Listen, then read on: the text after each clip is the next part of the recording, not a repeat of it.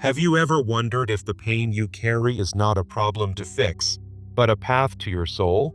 We do not only suffer because of what has happened, but because of what we have never allowed ourselves to feel.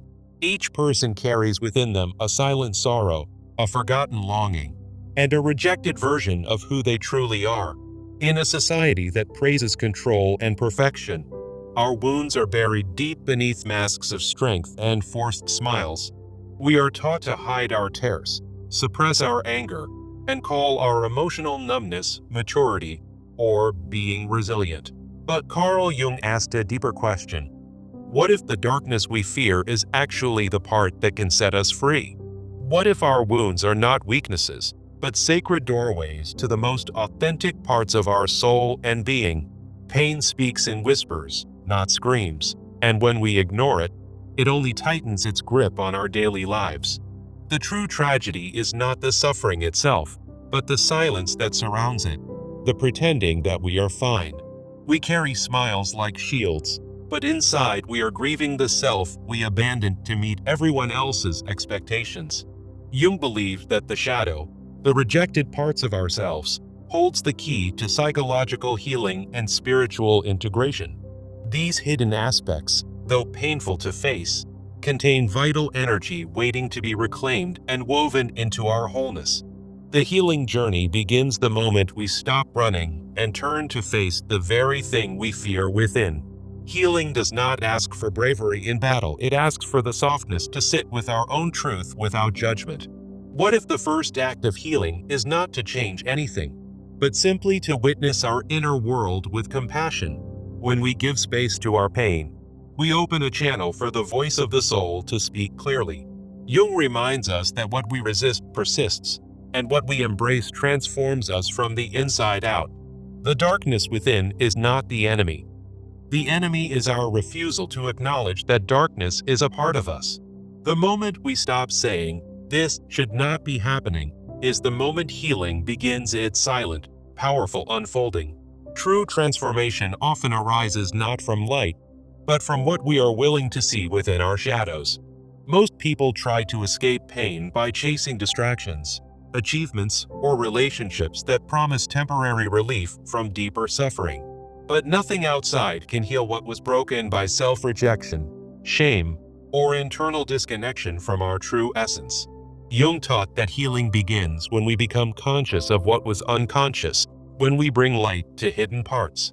The shadow holds everything we were told to silence: our anger, grief, wildness, vulnerability, and need to be seen. Facing the shadow means meeting the version of yourself that you abandoned in order to feel accepted or safe. Healing invites us to gather all the parts we left behind and bring them back to the circle of self.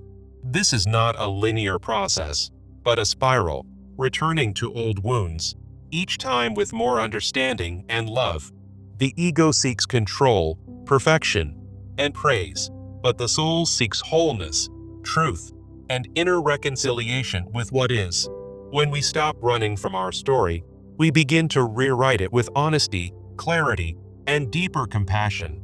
Reflection asks, how have I silenced my truth in order to survive a world that did not understand my depth? The journey of individuation is not becoming something new, but becoming who you were before the world told you not to. Jung calls this individuation, the path of integrating the fragmented aspects of the self into a unified, authentic whole. Most people mistake healing for fixing, but it is not about improvement. It is about integration and radical acceptance. What we call flaws are often gifts that were exiled because they didn't fit the mold of who we should be.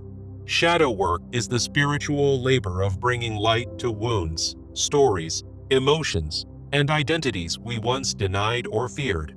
Until we face our inner darkness, we remain unconsciously ruled by it, projecting it onto others or sabotaging our growth.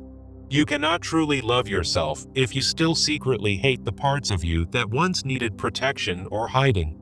Jung believed we only become conscious by making the unconscious conscious, a painful but necessary awakening of the soul. That process often begins with breakdowns, losses, or grief, the moments when your false self can no longer hold. When you fall apart, something deeper has the chance to rise, not a better self, but a more truthful one. Jung wrote that the privilege of a lifetime is to become who you truly are, beyond persona, beyond performance. In our efforts to please and conform, we often betray the most sacred voice within, the voice of our soul. Soul doesn't speak through achievement. It speaks through longing, through silence, through the ache you feel when you are alone. The shadow is not evil. It is only unknown. And what is unknown always carries the power to either harm or heal. To heal is to go into the forest of the self, where monsters become guides and fear becomes sacred fire. We must unlearn the idea that healing is becoming spotless. It is becoming whole, which includes embracing your inner chaos. The light of awareness dissolves shame. The presence of compassion dismantles self-hate. Truth sets free what fear kept locked. Our suffering often comes not from what we are, but from the war we wage against what we are. Inner peace begins when we stop trying to become better and start daring to be radically honest with who we already are.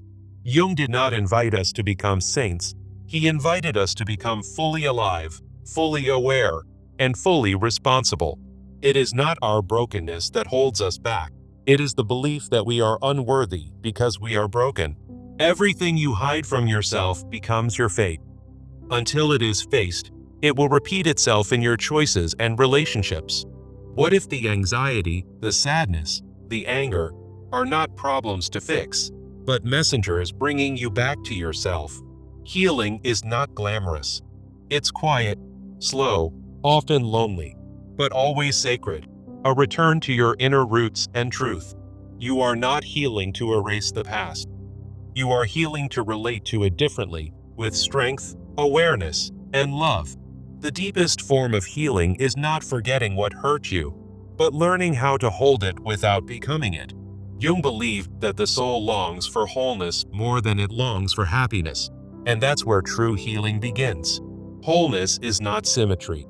It is harmony between your contradictions, light and dark, joy and grief, peace and rage.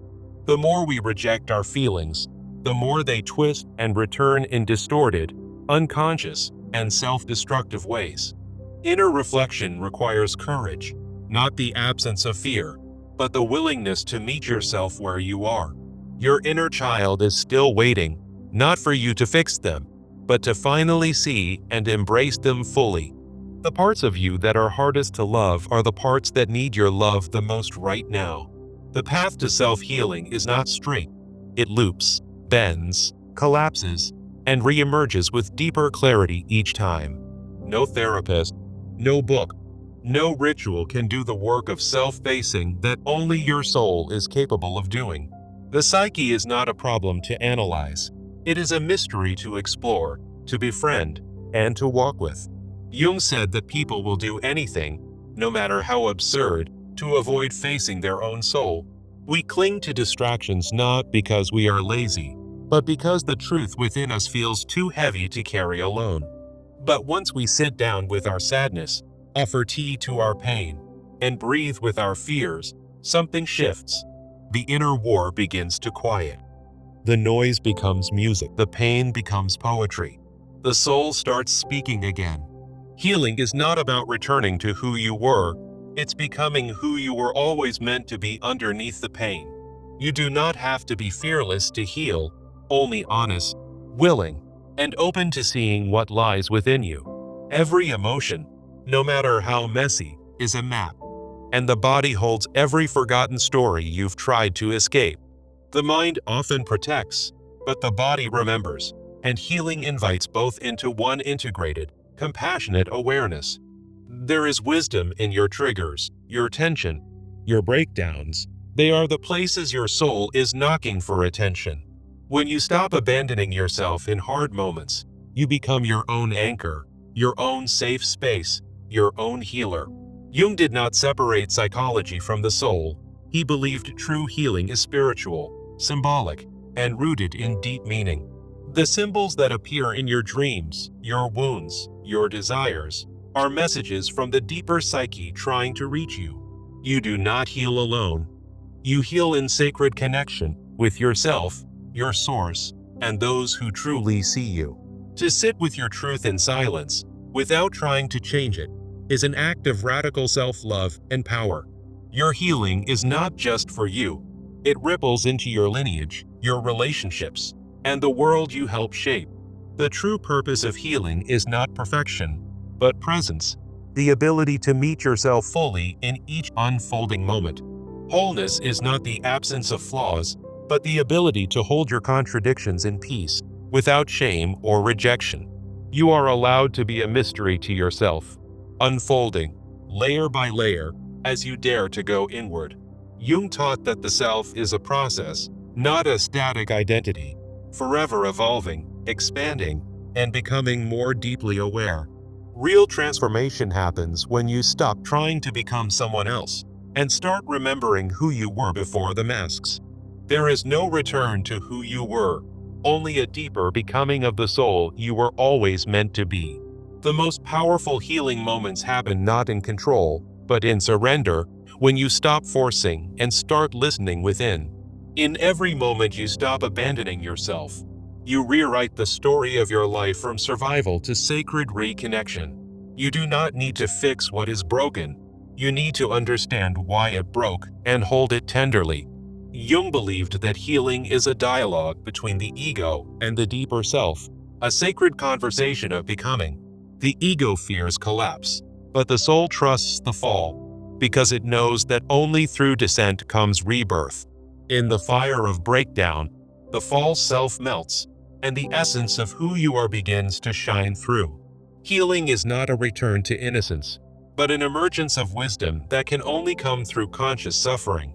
We don't grow despite our pain, we grow through it, and in doing so, reclaim the power hidden within it.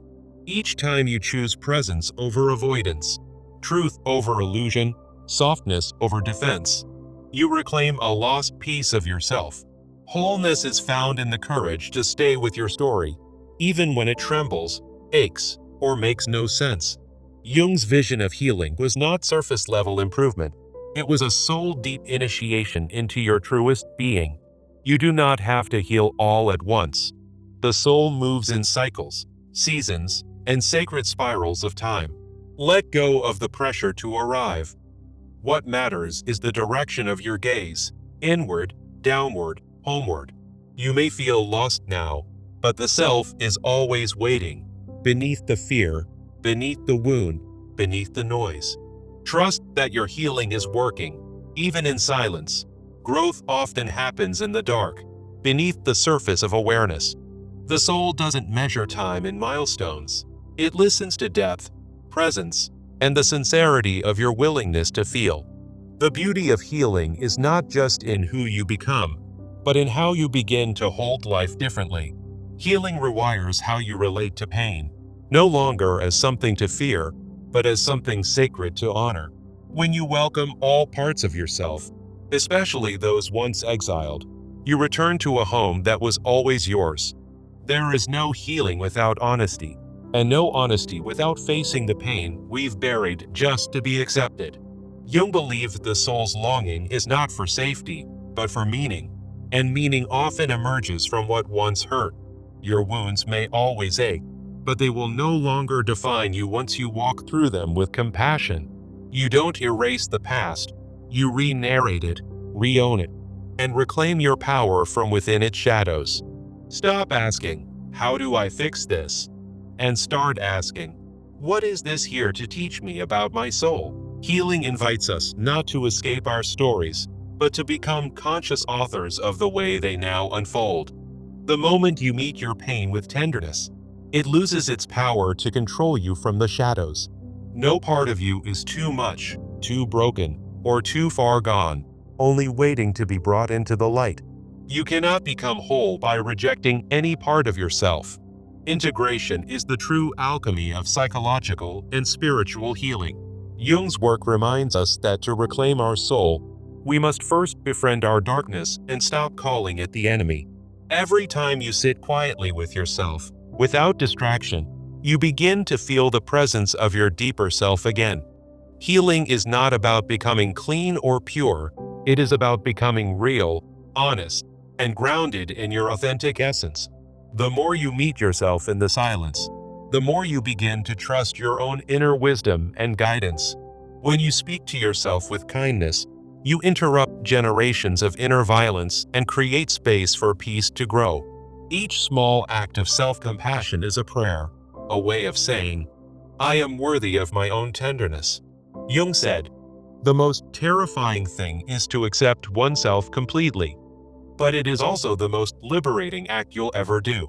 You don't have to feel ready to heal. You only have to be willing to begin, again and again. Progress in healing is not measured by how much you've changed, but by how deeply you're willing to be present.